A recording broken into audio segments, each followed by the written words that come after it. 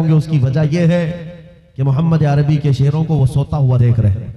جس دن یہ بیدار ہوئے ہیں، جس دن یہ اٹھ گئے، پوری دنیا کو یہ اچھی طرح سے معلوم ہے کہ ہمارا چین اور ہمارا سونا یہ حرام کر کے رکھے۔ میں ایک بات بتاتا ہوں، کربلا کی داستانیں بہت سنی آپ نے، بدر، احد، خندق، خیبر، سب سنا ہے تاریخ میں اور ہم نے پڑھا ہے، لیکن آج ریئل لائف میں آپ کی اسی موجودہ زندگی میں آنکھیں اٹھا کر کے دیکھ لو، ایک چھوٹا سا علاقہ ہے غزہ فلسطین کا، جہاں کی آبادی بہت چھوٹی سی ہے، اور ایسے نہتے ہیں کہ چاروں طرف سے ان کے لیے نہ مدد ہے نہ حمایت ہے، بلکہ پابندیاں، ایسی کڑی پابندیاں کہ آپ جی نہیں سکیں گے، جی نہیں سکیں گے۔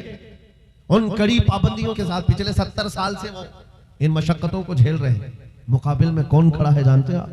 وقت کا سپر پاور، جس کے پاس پیٹرول میزائل کی کوئی کمی نہیں، جو پوری دنیا میں دادا گیری کرنے میں مشہور ہے۔ امریکہ سے لے کر یورپ اور نہ جانے کتنے ممالک ایک ساتھ کھڑے ہیں۔ کیا کبھی آپ یہ نہیں سوچتے؟ ہماری آنکھیں تو بہتی ہیں، درد تو ہوتا ہے، تکلیف تو ہوتی ہے، لیکن پراؤڈ فیل بھی ہوتا ہے کہ اتنے سارے کتے اگر بھونک رہے ہیں تو ایک چھوٹے سے علاقے کے لیے مہینے بھر 40 دن سے جنگ کر کے تباہ کر ڈالا، بم بارود سے پورے شہر کو راکھ کر ڈالا۔ لیکن میرے عزیزوں، میری اس گفتگو کو یاد رکھنا، چند دن آئیں گے پھر دیکھنا آپ انہی غزہ کے بچوں کے ہاتھوں میں پرچم اسلام لہراتا ہوا دیکھیں گے، اور ان ظالموں کے آنکھوں سے آنکھیں ملا کر بات کرنے والے جوانوں کو پوری دنیا آلوچنا کر رہی ہے، تنقید کر رہی ہے، یہ بچوں کے قاتل ہیں۔ ایک نکتے کی بات عرض کر رہا ہوں، ہاسپٹل پر بم گرا دیتے ہیں۔ آپ کو پتا ہے فلسطین میں ابھی تقریباً 8000 بچے مارے گئے، جن کی عمر 6 مہینے، سال بھر، 2 سال، 4 سال، 5 سال۔ بچوں کو کوئی بھی نظام سے تعلق رکھنے والا ہو، رحم کی نظر سے دیکھتا، کسی بھی دھرم والا ہو، لیکن یہ ظالم کیوں بچوں کو مار رہے ہیں پتا ہے؟ وجہ صرف یہ ہے، وہ خوف ستا رہا ہے جو اقبال نے 100 سال پہلے کہا تھا، سنا ہے قدسیوں سے میں نے کہ وہ شیر پھر ہوشیار ہوگا۔ اقبال نے کہا تھا، سنا ہے قدسیوں سے میں نے کہ وہ شیر پھر ہوشیار ہوگا۔ کون سا شیر؟ نکل کر کے صحرا سے جس نے الٹ دیا تھا تخت روما، وہ شیر پھر ہوشیار ہوگا۔ یہ اسرائیلی وہی کام کر رہے ہیں جو ان کے باپ دادا فرعونی طاقت کیا کرتے تھے۔ فرعون کو نجومیوں نے بتایا تھا کہ ایک بچہ پیدا ہوگا جو تیری سلطنت کو ہلاک کر دے گا، اور اس خوف سے اس نے 1 سال کے اندر 12000 بچوں کو قتل کر ڈالا تھا۔ نجومیوں نے بتایا تھا فرعون کے خواب کی تعبیر میں 12000 بچوں کو قتل کر ڈالا، لیکن جو بچہ اس کی سلطنت کو ہلاک کرنے والا تھا وہ موسیٰ علیہ السلام تھا۔ پیدا بھی ہوئے اور فرعون کے گھر میں ہی اللہ نے ان کو پالا۔ آپ کو پتا ہے، تفسیر اٹھا کر کے دیکھ لیں، جب حضرت موسیٰ علیہ السلام کی ماں، ان کی ولادت کا وقت قریب آیا تو تہخانے میں گئی، بیٹا پیدا ہوا۔ حالات ایسے تھے کہ فرعون جو بھی بچہ پیدا ہوتا ذبح کر دیتا تھا۔ قرآن میں آیا یذبحون ابناءہم ویستحیون نساءہم، لڑکی پیدا ہوتی تو زندہ چھوڑ دیتے تھے، بیٹا پیدا ہوتا تو ذبح کر دیتے تھے۔ اب موسیٰ علیہ السلام جب پیدا ہوئے تو کیا کیا؟ خدا کی تقدیر اور اس کی حکمت کے فیصلے آپ کو میں بتا رہا ہوں، تفسیر سے تعلق رکھنے والی بات۔ اللہ تعالیٰ نے موسیٰ علیہ السلام کی ماں کے دل میں یہ بات ڈالا کہ ایک لکڑی کے صندوق میں ان کو رکھ کر کے دریا میں بہا دو، وربطنا علی قلوب۔ اللہ تعالیٰ فرماتا ہے کہ ہم نے ان کے دل کو باندھ دیا، مضبوط کیا۔ کس کو؟ حضرت موسیٰ کی ماں کو۔ انہوں نے ایک صندوق میں موسیٰ علیہ السلام کو رکھا اور دریا میں بہا دیا۔ موسیٰ علیہ السلام کی بڑی بہن بہتے ہوئے صندوق کا پیچھا کرتے ہوئے جا رہی تھی، دیکھ رہی تھی کہاں گیا ہے صندوق۔ سیدھے فرعون کے باغیچے کے کنارے جا کر لگ گئے۔ فرعون کی اولاد نہیں تھی، فرعون کی بیوی وہ باغیچے میں ٹہلنے آئی تھی، دیکھا ایک صندوق آ کر لگا ہے، گلاب جیسا حسین بچہ ہے، اٹھا لیا، پیار کیا اور لے کر کے آئی۔ فرعون سے کہنے لگی کہ ہم اس کو اپنا بیٹا کیوں نہ بنا لیں۔ پہلے فرعون تو ڈرا کہ کہیں وہ میری سلطنت کو ہلاک کرنے والا بچہ یہ تو نہیں ہے۔ بیوی نے کہا کیسی بات کرتے ہو، یہ تو دریا سے بہہ کر کے آیا ہے، تمہیں پتا نہیں مولا کہاں سے بہا کر تمہاری ہلاکت کو لائے، تمہاری ہلاکت کہاں سے آئے گی تمہیں اندازہ بھی نہیں ہے۔ سنو میری بات کو۔ فرعون نے بیوی کی بات مان لی۔ موسیٰ علیہ السلام کی پرورش فرعون کے گھر میں ہو رہی ہے، فرعون کے گھر میں، اور وہ بھی کس شان سے؟ موسیٰ علیہ السلام پیدائشی بچے ہیں، دودھ پلانے کی بات آئی تو کسی دایا کا دودھ آپ پکڑتے نہیں، موسیٰ علیہ السلام کی بہن بھی وہاں کھڑی سب دیکھ رہی تھی. فرعون کی بیوی سے کہا میں ایک دایا کو جانتی ہوں جس کا دودھ ہر بچہ پکڑ لیتا ہے. کہا بلا لاؤ ہم شاہی خزانے سے اسے انعام بھی دیں گے. وہ گئی اور اپنی ماں کو لے آئی. اپنی ماں کو لے آئی. موسیٰ علیہ السلام اپنی ماں کے گود میں گئے, جیسے ہی سینے سے لگایا دودھ پینے لگ گئے. بادشاہت میں خوشی, اور موسیٰ علیہ السلام کی ماں کو انعام و اکرام بھی دیا گیا.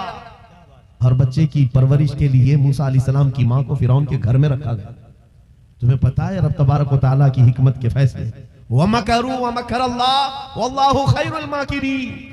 میرا رب فرماتا ہے کافر منصوبہ بناتے ہیں اور اللہ خفیہ تدبیر کرتا ہے, اور رب کی خفیہ تدبیر غالب آتی ہے. موسیٰ علیہ السلام جوان ہوئے فرعون کے گھر میں.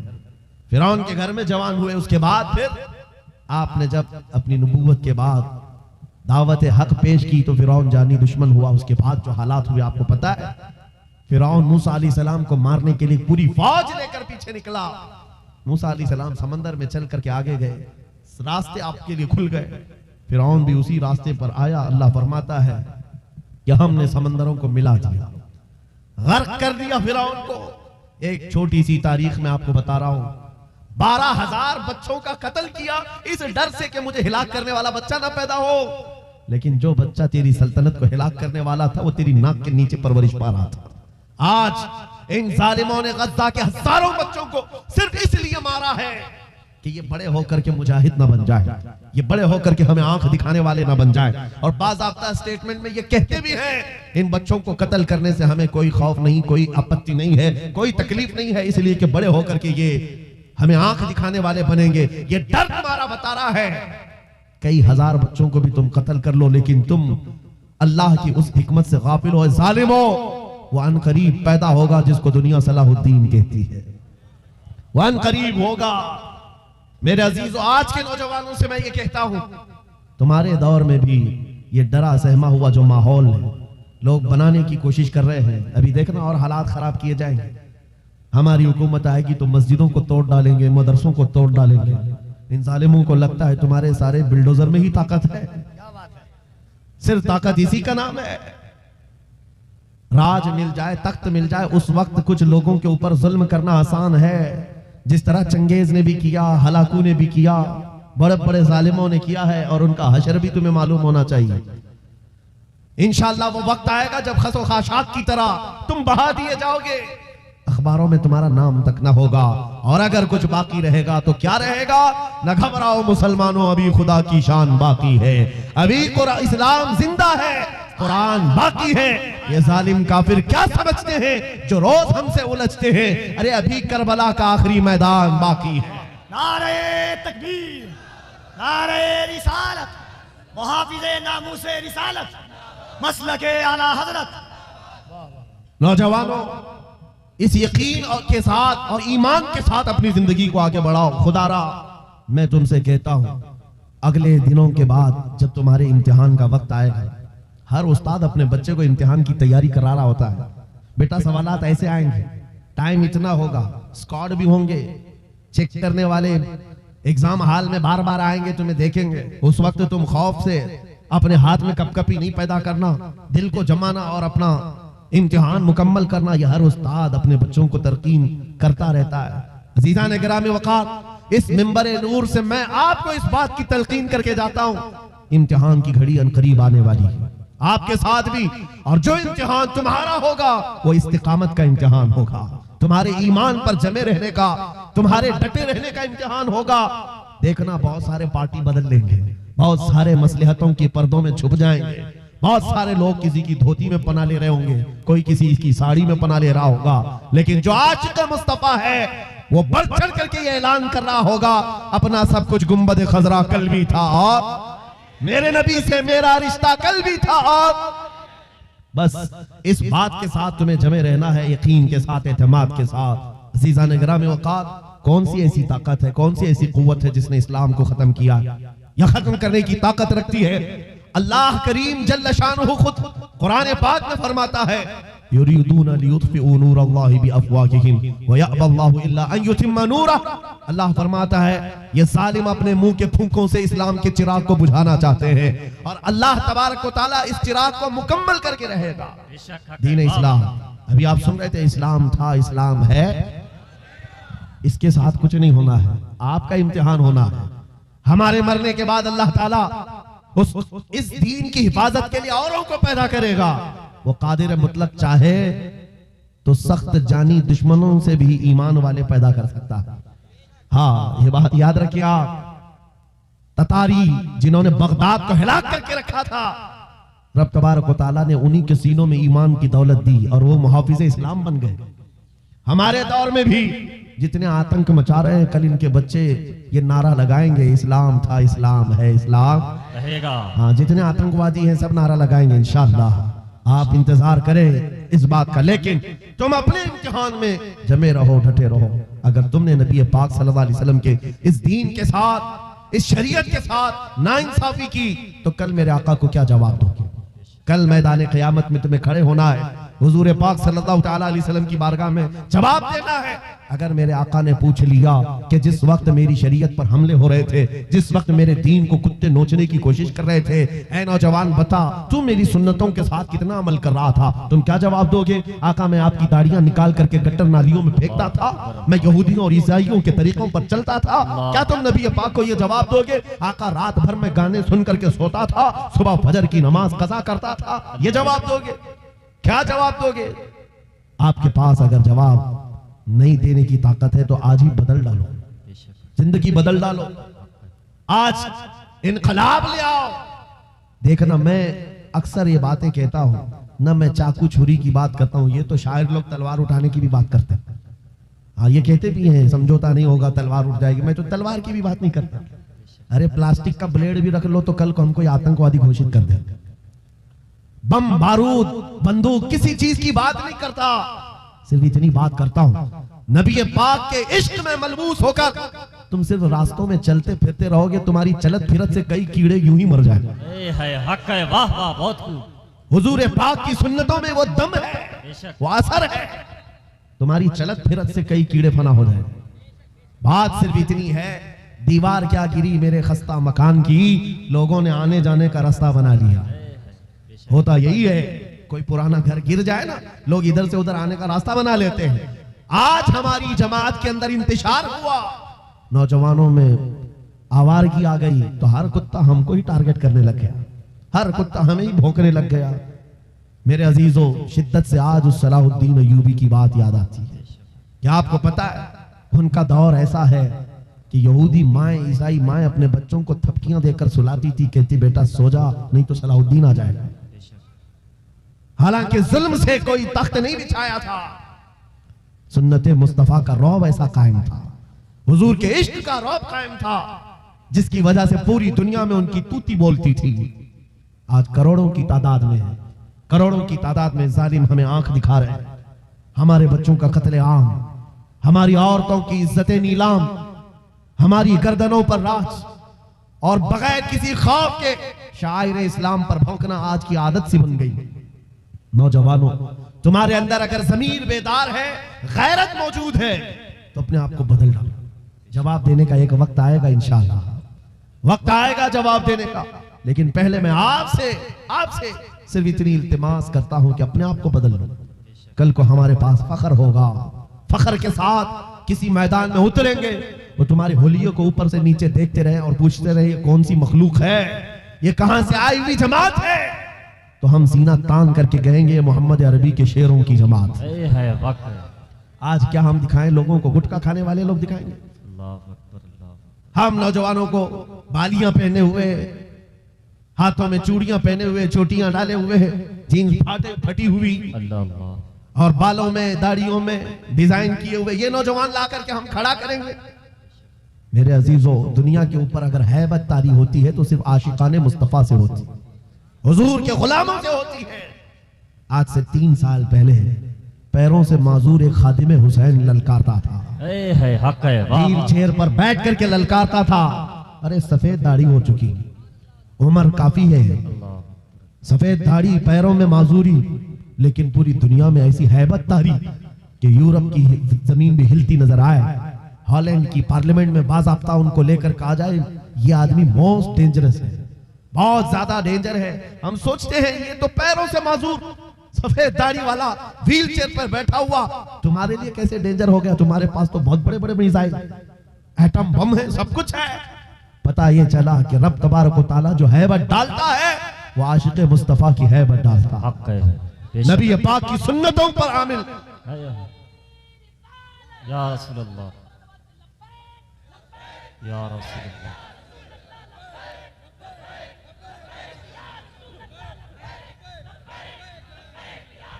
سیدنا عمر ابن خطاب رضی اللہ تعالیٰ عنہ کا دور ہے، صحابہ اکرام ایک علاقے کو فتح کرتے ہیں، وہاں کا جو گورنر تھا، وہاں کا جو سلطان تھا وہ گرفتار ہو گیا، دوسرے مذہب سے تعلق رکھتا تھا اور اس نے تلوار اٹھائی تھی، ان کے خلاف قید ہو گیا۔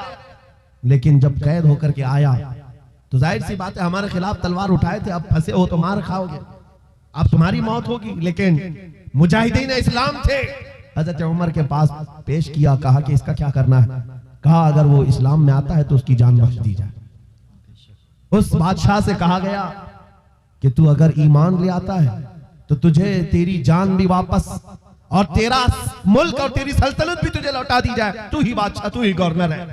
اس نے کہا میرا دین اتنا آسان نہیں ہے کہ میں بادشاہت لینے کے لیے اپنا ایمان چھوڑ دوں، نہیں ہو سکتا، نہیں ہو سکتا، جان سے مارنے کی بات تھی۔ اس نے کہا میں اپنا دھرم نہیں بدل سکتا۔ پھر اس کے بعد صحابہ نے کہا حضرت امیر المومنین سے اس کا کیا کیا جائے؟ حضرت عمر فاروق نے کیا کیا سنو، کہا اس کو کہو کہ ہم تمہیں جیل میں ڈال دیں گے۔ اس بادشاہ سے کہا گیا تو اس نے کہا منظور ہے مجھے جیل، لیکن میں اپنا دھرم نہیں بدل سکتا، دین نہیں بدلوں گا۔ حضرت عمر نے کہا جیل میں ڈال دو، اور 10 صحابہ کو بھی اس کے ساتھ جیل میں ڈال دیا، ان کا کوئی قصور نہیں تھا۔ 10 صحابہ جوان تھے، نوجوانوں توجہ سے سنو، اس کٹر دل بادشاہ کے ساتھ جیل میں ڈال دیا۔ وہ نوجوان صحابہ جیل میں تھے، ان کے وقت، ان کے اوقات کی پابندی، صبح دوپہر شام وہ اپنی نمازوں کے پابند، قرآن کی تلاوت، نبی پاک صلی اللہ علیہ وسلم کی محبتوں والی سنتیں۔ 8 دن نہیں گزرے تھے، وہ بادشاہ ان نوجوانوں کو بار بار دیکھتا تھا، پلٹ کر کے اس نے کہا تمہارے امیر المومنین سے مجھے ملنا ہے۔ پیغام پہنچایا گیا حضرت عمر کے پاس، کہا لاؤ اس کو۔ پیش کیا گیا بادشاہ کو، جیل کے باہر لا کر کے حضرت عمر کے پاس، کہا کیا کہنا چاہتے ہو؟ کہا ایمان لانا چاہتا ہوں، ایمان لانا چاہتا ہوں۔ کہا ہم نے تو اس سے قبل تمہارے سامنے پیشکش رکھی تھی، کیوں نہیں لائے؟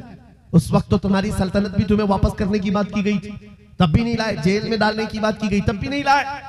وہ بادشاہ کہتا ہے اس طرح سے اگر آپ 25 سال بھی مجھے جیل میں ڈالتے تب بھی میں نہیں بدلتا، مجھے یہ سختیوں نے نہیں بدلا، آپ کے ان 10 جوانوں نے میرا دل بدلا، ان کے اخلاق و کردار میں نے دیکھا، پھر میرا دل گواہی دینے لگا یہ جھوٹوں کی جماعت نہیں ہو سکتی۔ اور میں نے ان کی صبح دیکھی، ان کی شامیں دیکھی، ان کا اٹھنا بیٹھنا، ان کی نماز، ان کی عبادتیں، ان کا گڑ گڑانا، یہ سب دیکھ کر کے جوانوں میں میرا دل پسیج گیا۔ اور پھر دل نے پکار کر کے کہا غلاموں کا جب یہ حال ہے تو پھر آقا کا حال کیا ہے؟ عزیزان گرامی وقار، بدل سکتے ہو، آج بھی بدل سکتے ہو کہ اگر تمہارے اخلاق، تمہارا ایمان مضبوط ہو جائے، پتھر دلوں کو بھی بدل سکتے ہو۔ بس بات اتنی ہے کہ عمل کے میدان میں تمہیں آنا ہے، ان کے دلوں کو بدلنا میرے مولا کی شان ہے، رب تبارک و تعالیٰ کی شان ہے۔ بڑے بڑے جلسے کر لیا، رات پوری جاگ لیا، لیکن تمہارے اخلاق نہیں سنور سکے تو یہ فضول ہو جائے گا، کوئی کام کے نہیں۔ اگر صرف دکھاوے کے لیے فارمیلٹی ادا کرنا ہے تو ہمیں جلسوں میں بلاؤ بھی مت، ہم اس کام کے لوگ نہیں ہیں، ہم اس میدان کے لوگ نہیں ہیں، نہیں ہمارا یہ پیشہ ہے کہ آپ کے پاس آیا، تقریر کیا اور کچھ پیسے لے کر چلا گیا، اپنی کمائی کیا، العیاذ باللہ کبھی نہیں۔ صرف ایک درد لے کر کے چلتے ہیں کہ ہماری جماعت میں سے وہ نوجوان کس دن اٹھے گا جو اقبال کا جوان تھا، سنا ہے قدسیوں سے میں نے کہ وہ شیر پھر ہوشیار ہوگا۔ بس یہی درد لے کر آپ تک، بلکہ بنگال کی کھاڑیوں میں، بہار کی جھاڑیوں میں، ہر جگہ پر سفر اس لیے کر رہے ہیں کہ کہیں نہ کہیں میرے مولا کریم نے فضل فرمایا اور رحم فرمایا امت مصطفیٰ پر، ہمارا جوان بیدار ہو جائے گا، ان گانوں کو یہ لات مارے گا، یہ سارے مجرے کرنے والے اخلاق کو ٹھوکر مارے گا اور کھڑا ہو کر دنیا کو بتائے گا میرے نبی سے مجھے اتنا پیار ہے کہ تم اگر ننگے رہنے پر فخر کر سکتے ہو تو میں میرے مصطفیٰ کی سنتوں پر فخر کروں گا۔ اگر تمہیں چوٹی رکھنے پر شرم نہیں آتی تو مجھے داڑھی رکھنے میں کیوں شرم آئے؟ حقیقت بول رہا ہوں یا نہیں؟ ارے لوگ آج تو چڈی پہن کر کے نکل رہے ہیں، ان کو کوئی شرم یا ان کو کوئی حقارت سے نہیں دیکھتا، بلکہ فیشن کہلایا جا رہا ہے۔ تمہیں اگر اپنے مصطفیٰ کریم سے محبت ہے، جیسے کہ کہتے ہو جان بھی دے دیں گے، مال بھی دے دیں گے، ان کے قدموں پر قربان بھی ہو جائیں گے، جان بعد میں دینا، گردن بعد میں دینا، پہلے اپنے اندر موجود خرابیوں کی قربانی دے دو، اپنی زندگیوں میں موجود ان تمام واہیات کو ختم کرو، آ جاؤ میرے مصطفیٰ کے غلام بن جاؤ۔ ایک سوال کرتا ہوں، دل پر ہاتھ رکھ کر کے اور یقین کے ساتھ مجھے بتاؤ، اگر کوئی تمہیں حضور کا غلام کہے تو برا لگے گا؟ کسی کو برا لگے گا؟ بلکہ میں تو یہ کہتا ہوں، دنیا مجھے حضور کے دربار کا کتا کہہ کر پکارے، میری زندگی کی معراج ہے، ہماری سعادت ہے۔ حضور کے دربار کا کتا کہلانا بھی ہمارے لیے فخر ہے۔ آپ کو اگر کوئی غلام کہتا ہے تو اعتراض ہے آپ کو برا لگے گا؟ بلکہ حضور کا غلام ہونا یہ سب سے بڑا شرف ہے، سب سے بڑی سعادت ہے۔ تو جب آپ کو دنیا کوئی حضور کا غلام کہے تو برا نہیں لگتا، تو عمل کرنے میں برا کیوں لگتا ہے؟ پورے کے پورے غلام بن جاؤ حضور اکرم صلی اللہ تعالیٰ علیہ وسلم۔ نہیں، آپ جھوٹ بولتے ہیں، کچھ لوگوں کی بات کر رہا ہوں۔ حضور کا غلام کہنے میں برا نہیں لگتا، ٹوپی رکھنے میں برا لگتا ہے، داڑھی رکھنے میں برا لگتا ہے، پھر جھوٹ کیوں بول رہے ہیں؟ حضور کے غلام کہلانے میں برا نہیں لگتا، لیکن عمل سے بار بار دکھاتے ہو کہ نہیں، پسند نہیں ہے تمہیں، پسند نہیں ہے۔ اسلام زندہ باد کا نعرہ لگاتے ہو، اپنی بیویوں پر، اپنی بچیوں پر اسلام کو کیوں نہیں پسند کرتے؟ ان کے دوپٹے کہاں چلے جاتے ہیں؟ ان کو آوارہ کیوں چھوڑ کر رکھا ہے؟ ان کو جس طرح بے پردگی کے ساتھ گھماتے ہو اور خوشیوں سے دیکھتے ہو، شادی محل میں جا کر دیکھیں، وہاں تو حالات ہی بدلے ہوئے ہیں، اسلام دکھتا ہی نہیں۔ تو اسلام زندہ باد کا نعرہ صرف یہ زبانی ہے؟ اپنے گھروں سے تبدیلی لے آؤ، انقلاب تمہارے گھروں سے آئے گا۔ آج تم دل محسوس کر کے بیٹھے ہوئے ہو کہ بڑے بڑے تخت پر بیٹھے ہوئے کتے ہمارے لیے بھونک رہے ہیں، اسلام کو مٹائیں گے، مدرسوں کو مٹائیں گے، مسجدوں کو مٹائیں گے، برا لگتا ہے، اور اس کے بدلے میں تم چاہتے ہو ان کا جواب دینے والا کوئی چاہیے۔ بار بار ہماری ممبروں سے ہم ان کا جواب دیتے رہے، اے نوجوانوں، جواب تم اپنے عمل سے دو۔ ایک مسجد کا مینار کیا گرتا ہے، ہر گھر مسجد بننا چاہیے، ہر گھر مسجد بن جائے۔ کاش تمہارے گھروں سے اذانیں ہوں، تمہارے گھروں کو مصلی بنا دیا جائے۔ ایک بات یاد رکھو، دنیا تھک جائے گی، ایک وقت آئے گا تھک جائے گی۔ کل کو دیکھنا اسرائیل بھی تھک چکا ہوگا، مار مار کر کے۔ اب آئیں گے وہ یدھ ویرام کرنے کے لیے کہ ہم سمجھوتا کریں گے، بس ختم ہو گیا، جتنے طاقت تھی جھونک دیا، مار مار کر کے تھک جائے گی دنیا۔ لیکن ہماری شریعت کا، ہمارے دین کا ایک مزاج ہے، کتنے غازی مارو گے، ہر گھر سے غازی نکلے گا۔ تم ایک چراغ گل کرو گے، مولا 100 چراغ روشن کرے گا۔ یہ سلسلہ چلتا رہے گا۔ یہاں پر بھی تم خوف زدہ نہ رہو، ڈر کے ماحول میں نہ جیو۔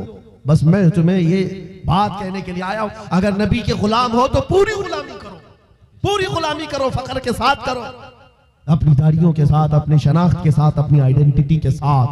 آپ کو کیا لگتا ہے کہ کوئی ہمیں نوکری سے نکال دے گا، کوئی ہمیں رزق نہیں دے گا؟ معاذ اللہ، رزاق یہ لوگ نہیں، رزاق میرا رب ہے، اللہ میرا رزاق ہے۔ ایک چھوٹی سی کمیونٹی نے اپنی پہچان بنا لی پنجابیوں نے، اور وہ اپنی آئیڈینٹی کو لے کر کے چلنے لگے، اور دنیا پر انہوں نے چھاپ چھوڑا کہ ہم جہاں رہیں گے اپنی شناخت کے ساتھ رہیں، سمجھوتا نہیں کریں گے۔ دنیا ان کو ایکسپشن دینے لگ گئی کہ ہاں ٹھیک ہے، تم اس کے ساتھ ہی جیو۔ اے مومنوں، تم نے خود چھوڑ دیا اپنی چیزوں کو۔ کاش اس صحابی رسول کی بات میں تمہیں بتاؤں، حضرت نعمان، ایک صحابی، ایک بادشاہ کے پاس ان کو بلایا گیا تھا، حضور کے ترجمان بن کر کے گئے تھے، ایمبیسیڈر بن کر کے گئے تھے، اور جب اس بادشاہ کے پاس آئے، کافر بادشاہ تھا، ایک صحابی کی بات، اس نے قالین بچھایا، اور کیسا قالین تھا؟ ریشم کا قالین تھا، ریشم کا قالین، بہت مہنگا قالین، اور جو کرسی بچھایا وہ سونے کی کلائی کی ہوئی کرسی تھی۔ جب صحابی رسول وہاں پہنچے، دیکھا ریشم کا قالین ہے، اپنی تلوار سے پھاڑ دیا، کہا اٹھاؤ اس کو، زمین پر چلوں گا۔ زمین پر چل کر آئے، کرسی دیکھا سونے کی رکھی ہے، ٹھوکر مار کر گرا دیا، کہا آدھی کرسی رکھو۔ بادشاہ نے پوچھا، اتنا ایٹیٹیوڈ ہے تمہارے اندر، اتنا غرور کس بات کا؟ تمہاری عزت کے لیے یہ ریشم کا قالین بچھایا، سونے کی کلائی کی ہوئی کرسی رکھا۔ اس صحابی نے کہا، بادشاہ یہ غرور نہیں، یہ تکبر نہیں ہے، میں مدینے والے مصطفیٰ کا غلام ہوں جن کا فرمان ہے کہ مرد کے لیے ریشم کا استعمال حرام ہے، مرد کے لیے سونے کا استعمال حرام ہے۔ میں دنیا میں جہاں کہیں رہوں گا، ایک سونے کی کرسی کیا 1000 کرسی رکھے میں ٹھوکر مار دوں گا۔ اپنا سب کچھ گنبد خضرا، میرے نبی سے میرا رشتہ۔ ان صحابہ کا یہ اعلان تھا، ان کا یہ اعلان تھا جہاں رہیں گے ہم اپنی آئیڈینٹی کے ساتھ رہیں گے۔ یہ نہیں کہ تم ظالموں کے بیچ میں بیٹھ گئے، شراب کا دور چل رہا ہے، تم بھی اٹھائے پی لیے، دوستی میں تم بھٹک گئے، اوباش عیاش نوجوانوں کی دوستی میں تم نے وہاں پر چرس گانجے بھی لے لیے، تمہیں اس وقت نبی پاک کا خیال نہیں آیا، حضور پاک صلی اللہ علیہ وسلم کی نسبت کا خیال نہیں آیا۔ اینی ٹائم ہر جگہ پر تم اپنے نبی سے جڑے ہوئے ہو۔ آج یہ عہد کر کے اٹھو، زندگی کے جس شعبے میں بھی جاؤں گا میں مدینے والے آقا کا غلام بن کر کے جیوں گا۔ یہ عہد کریں گے انشاءاللہ۔ بازار میں بھی حضور کے غلام، مسجد میں بھی حضور کے غلام، گھر میں بھی حضور کے غلام۔ اس غلامی کا نتیجہ یہ نکلے گا جس دن ہمارا جنازہ جائے اور قبر میں جانے سے پہلے تم صرف اتنا کہہ کر کے جانا میرے آقا سے، اتنا کہہ کر کے جانا میں مروں تو میرے آقا، یہ ملائکہ سے کہنا اسے کوئی مت جگانا، ابھی آنکھ لگ گئی ہے۔ پھر دیکھنا نبی کریم صلی اللہ تعالیٰ علیہ وسلم کی طرف سے قبر میں بھی تمہاری راحت کے لیے یہ جواب آئے گا، نکیرو ذرا آرام سے جگانا، یہ میرا دیوانہ آیا ہے، یہ میرا دیوانہ ہے، تھک کر کے آیا ہے۔ اگر وہ عزت چاہتے ہو تو آج دنیا کے عیش کو ٹھوکر مارو، آج دنیا کی ان تمام واہیات اور خرافات کو چھوڑو، آؤ میرے نبی پاک کے دربار میں۔ ایک چیز میں نے مثال کے طور پر بتائی، ہمارا فخر، ہمارا غرور حضور کی نسبت ہے، بے شک ہمارا فخر حضور کی نسبت ہے، اس کو بولنے میں شرمانا نہیں ہے۔ میں ابھی آپ کے سامنے آتا ہوں، یہ مثالیں سن لو، یہ مثالیں سن لو، اور پھر جن کو مجھے میسج دینا میں دیتا ہوں۔ حضرت عمر فاروق رضی اللہ تعالیٰ عنہ کے دور میں کسرا بادشاہ کے ہاں کا ایک قالین لایا گیا تھا، وہ بھی قالین بہت مہنگا، جس پر بیٹھ کر کے لوگ فخر کرتے تھے۔ بادشاہ جب کسی سے بہت خوش ہوتا تھا اس قالین پر اس کو بٹھاتا تھا، اور جب کسرا کی سلطنت کو اکھاڑ پھینکا صحابہ نے، سپر پاور تھا اس زمانے کا، پرشین ایمپائر ختم کر دیا، تو وہاں کا قالین مدینے لے آئے، امیر المومنین کی بارگاہ میں پیش کیا، کہا یہ قالین کہاں رکھنا ہے؟ آپ نے کہا مسجد نبوی کے دروازے کے باہر ڈال، تو جو آئے گا پیر پوچھ کر آئے۔ اے ہے حق ہے، واہ واہ۔ انہوں نے یہ نہیں دیکھا بہت مہنگا قالین ہے، محراب میں لگا دو، وہاں سے آیا ہوا ہے، وہ نبی کے حقیقی غلام تھے، وہ عزت میرے مصطفیٰ کے قدموں میں ڈھونڈتے تھے۔ بادشاہوں کیا نہیں، وہ بتانا یہ چاہتے تھے، اے دنیا والوں جس پر بیٹھ کر کے تم فخر کرتے ہو وہ تو محمد عربی کے قدموں کی دھول کے لائق نہیں۔ یہ فخر تھا، ناز تھا انہیں نبی پاک کی نسبتوں پر، اور قسم خدا کی جس دن تمہارے اندر یہ بیداری آ جائے کہ ہمیں اپنے نبی پاک صلی اللہ تعالیٰ علیہ وسلم کی نسبت پر فخر ہے، دنیا تمہاری آوازوں کو بند نہیں کر سکے گی، نہیں بند کر سکے گی۔ آج میرے متعلق بہت ساری چیزیں مشہور ہیں، اور میں اس بات سے خوف نہیں کرتا کہ کل میرے ساتھ کیا ہونے والا ہے۔ میرا عقیدہ یہ ہے موت آنی ہے تو مچھر سے بھی اللہ تعالیٰ موت لائے، موت آنی ہے چونٹی اور مچھر سے بھی آدمی مر جائے گا، اور نہیں آنی ہے تو مودی یوگی سے بھی نہیں آئے گی۔ اے ہے حق ہے، واہ واہ۔ نعرہ تکبیر، نعرہ رسالت، جشن غوث الورا، خلیفہ حضور تاج الشریعہ، خلیفہ حضور غیاث ملت، نعرہ تکبیر، نعرہ رسالت۔ یہ مزاج لے کر کے چلو، ہمارے پاس جو دولت ہے وہ حضور پاک کی نسبت ہے، نبی پاک صلی اللہ علیہ وسلم کی محبت ہے، لازوال دولت ہے جو ہمیں بے خوف بناتی ہے، جو ہمیں نڈر بناتی ہے، لوگوں کے درمیان ہی نہیں پوری دنیا کے درمیان تنہا رہ کر کے بھی نبی پاک کا غلام اپنے آپ کو محفوظ سمجھتا ہے۔ وجہ کیا ہے؟ جس دن موت آئے گی اپنی ہی چادر اوڑھ کر سو جائے، اس لیے کہ دنیا کتنے دن کی ہے۔ ہمارا تو یہ عقیدہ ہے ایک نہ ایک دن دنیا سے جانا ہے اور قبر میں پہنچنا ہے، لیکن اصل زندگی تو آنکھیں بند ہونے کے بعد شروع ہونی، دیکھنی ہے حشر میں عزت رسول اللہ۔ حق ہے، واہ واہ۔ جب اس دن میدان محشر میں جمع ہوں گے، سارے کیڑے مکوڑے بھی لائے جائیں گے، اپنے وقت کے جبابرہ، طاغوت، طاقت، سارے فرعونی مزاج کے بادشاہ بھی لائے جائیں گے اور کھڑے ہوں گے۔ اس وقت کی بات ہوگی میرے عزیزوں، پھر ہر کوئی حضور پاک صلی اللہ علیہ وسلم کی طرف ٹکٹکی باندھ کر دیکھ رہا ہوگا، ہر کوئی یہ سوچ رہا ہوگا یہ لب ہلا دے میری بخشش ہو جائے، یہ لب ہلا دے میری بخشش ہو جائے، میری مغفرت ہو جائے، مجھے معاف کر دیا جائے گا۔ لیکن میرے عزیزو، اس دن کے آنے سے پہلے جب طاغوتی طاقتوں کو وہاں رگڑا جا رہا ہوگا، رب کا حکم ہوگا لمن الملک اليوم، آج کی بادشاہت کس کی ہے؟ للہ الواحد القہار، ایک قہر کرنے والے خدا کی ہے۔ رب تبارک و تعالیٰ قہار ہوگا اور اس کا حبیب اس دن رحمت للعالمین پر ہوگا، میرے آقا کا اس دن شفاعت کا دن ہوگا۔ لیکن آپ کو میں بتاؤں، یہ باتیں اس لیے کہہ رہا ہوں، آج لے ان کی پناہ، آج مدد مانگو ان سے، کل نہ مانیں گے قیامت میں اگر مان گیا۔ سبحان اللہ۔ اس دن بہت سارے ماننے کو بیٹھے ہوں گے، بہت سارے، یہ جتنے بھونک رہے ہیں یہ بھی سوچ رہے ہوں گے آج ان کی بات کر لیں، کل نہ مانیں گے پھر قیامت میں اگر مان گیا۔ آج تمہارے پاس وقت ہے اس نبی کی عظمتوں کو تسلیم کر کر، آج اس نبی پاک صلی اللہ علیہ وسلم کی سچائیوں کو ایکسپٹ کرو۔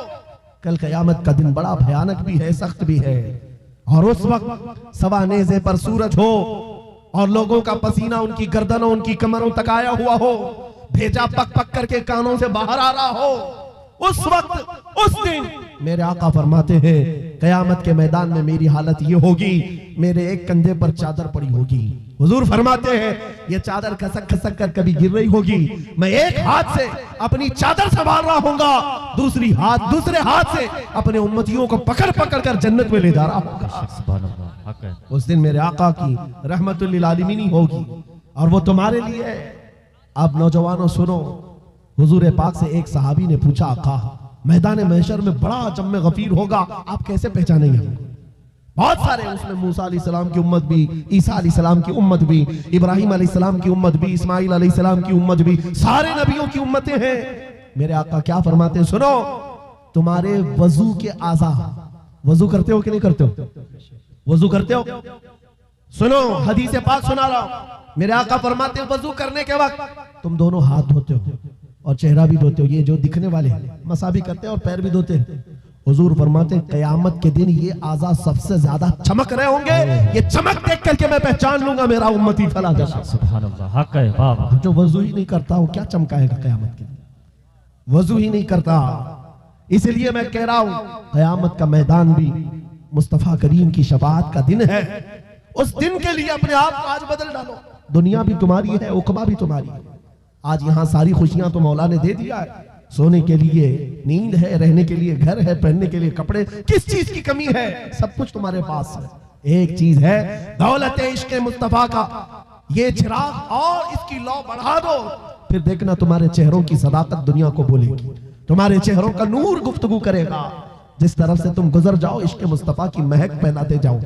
عزیزان گرامی وقار، میں اس میسج کے ساتھ اپنی گفتگو سمیٹنا چاہتا ہوں، اس میسج کے ساتھ کہ جتنے آج اسلام کے خلاف بول رہے ہیں، یہ سن کر کے نوجوانوں کے دلوں میں یہ بات آنے لگ گئی کہ حالات بڑے خراب ہیں، ابھی کچھ بولنا نہیں۔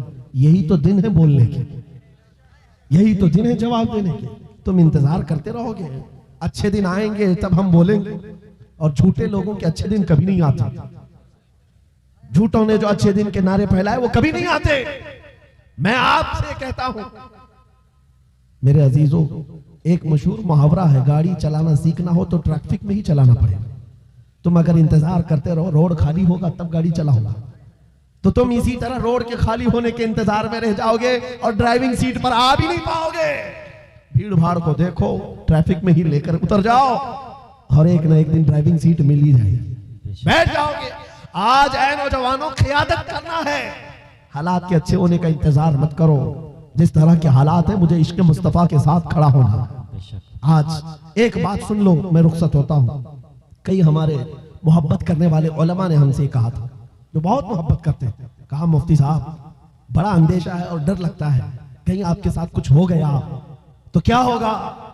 عوام اور مخلوق آپ سے نفع اٹھا رہی ہے، زیادہ دیر تک یہ نفع چلنا چاہیے۔ ان کی محبتیں میرے سر آنکھوں پر، میں سلام کرتا ہوں، انہوں نے دعائیں دی ہیں، لیکن میرے عزیزوں بارہا انہوں نے کہا آپ کا ہونا بہت ضروری ہے، آپ کا ہونا بہت ضروری۔ ان سے بھی پوچھو تو یہی کہیں گے ذرا احتیاط سے بات کریں، بہت سخت جملے بولیں گے، کل کو کچھ ہو جائے گا، آپ کا ہونا بہت ضروری ہے۔ میں عرض کرتا ہوں نوجوانوں، میری حیثیت ایک گھاس کے برابر بھی نہیں، امام حسین کا ہونا کتنا ضروری تھا۔ حق ہے، واہ واہ۔ امام حسین کا ہونا کتنا ضروری تھا۔ مکہ کے صحابہ ہاتھ جوڑ کر کہہ رہے تھے مولا حسین آپ مت جائیے، اہل بیت کا سب سے بڑا چہرہ آپ ہیں، آپ جائیں گے تو مخلوق کو نفع کون پہنچائے گا، امت کی رہبری کون کرے گا؟ امام حسین نے سب کی سنی تھی، سب کی سنی اور کہا بلکہ مکہ سے نکلنے کے وقت چھوٹی موٹی جنگیں بھی ہو گئی تھی چاہنے والوں سے ہی جو راستہ روک رہے تھے مت جائیے مت جائیے، آپ کا ہونا بہت ضروری ہے۔ میرے عزیزو یہ مزاج حسینی تھا جو یہ بتا رہا تھا کہ مصلحت کے ساتھ خاموشی کے ساتھ جی لیں گے اور 8 سال 10 سال، لیکن اگر ظالموں کے وقت خاموش رہ گئے کل کی نسلیں اتنی بزدل ہو جائیں گی، وہ یہ سمجھنے لگ جائیں گی جو ایرا غیرہ بھونکنا چاہے بھونک سکتا ہے، ہمارے بڑوں نے کبھی جواب نہیں دیا تو ہم کیا جواب دیں گے؟ عزیزان گرامی وقار، آپ کا یہ غلام اور یہ فقیر صرف اتنا جذبہ لے کر چلتا ہے، کل کو مجھ سے اگر کوئی الجھتا ہے میری پھانسی ہو جائے میری جیل ہو جائے ممکنات میں سے ہے، مگر اس بات کا میں خوف نہیں رکھتا، کل کے بعد ہماری نسلیں آئیں گی وہ اتنی بات تو ضرور کہیں گی کہ جب نبی پاک کی شان میں کوئی کتا بھونک رہا تھا تو ہمارے باپ داداؤں میں سے کوئی عالم کھڑا ہو کر جواب تو دے رہا تھا۔ نعرہ تکبیر، نعرہ رسالت، مسلک اعلی حضرت، محافظ ناموس رسالت، شیر اہل سنت، مشائخ کالپی شریف۔ آنے والی نسلوں کا ایمان مضبوط ہوگا، نوجوان بچے کل کو یہ تذکرہ کریں گے ایک وقت تھا جب ہر جگہ پر حضور کی شان میں، قرآن کی شان میں، رب کی شان میں، اسلام کی شان میں ایرا غیرہ نتو کھیرا بولنے لگ جائے۔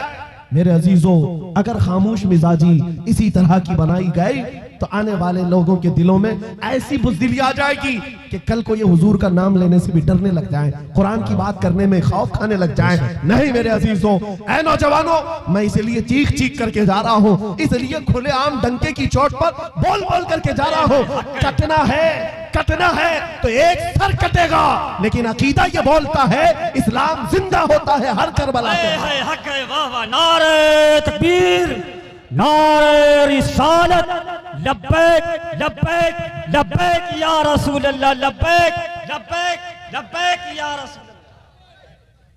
بس بات اتنی ہے، اس بات کا خوف نہیں، ڈر نہیں ہے، انشاءاللہ العزیز اس دین کا محافظ اللہ کریم کسی نہ کسی کو پیدا کرے گا اور یہ دین چلتا رہے گا، لیکن یہ حالات رقم کر دیے جائیں گے، یہ تاریخ لکھی جائے گی۔